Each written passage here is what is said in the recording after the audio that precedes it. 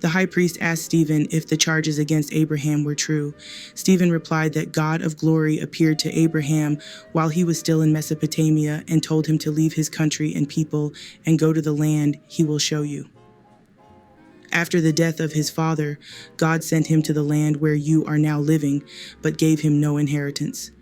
God promised him that he and his descendants would possess the land, even though at that time Abraham had no child.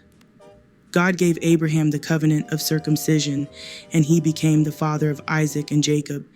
Later, Isaac became the father of Jacob, and Jacob became the father of the 12 patriarchs. Joseph was sold as a slave into Egypt, but God rescued him from all his troubles and enabled him to gain the goodwill of Pharaoh, king of Egypt. Pharaoh made him ruler over Egypt and all his palace. A famine struck Egypt and Canaan, bringing great suffering and food scarcity for the Israelites. When Jacob heard about grain in Egypt, he sent the forefathers on their first visit. On their second visit, Joseph told his brothers who he was, and Pharaoh learned about Joseph's family.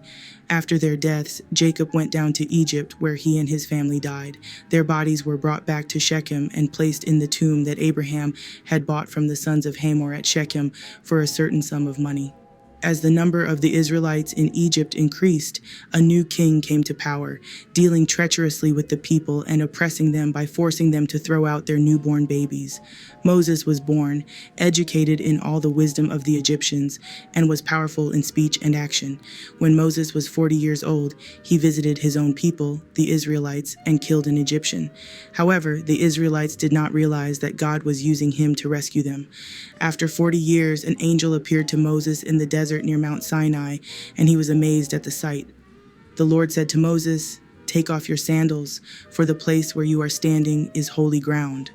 Moses led the Israelites out of Egypt and performed wonders and signs in Egypt, the Red Sea, and for 40 years in the wilderness. However, the Israelites refused to obey Moses and turned back to Egypt.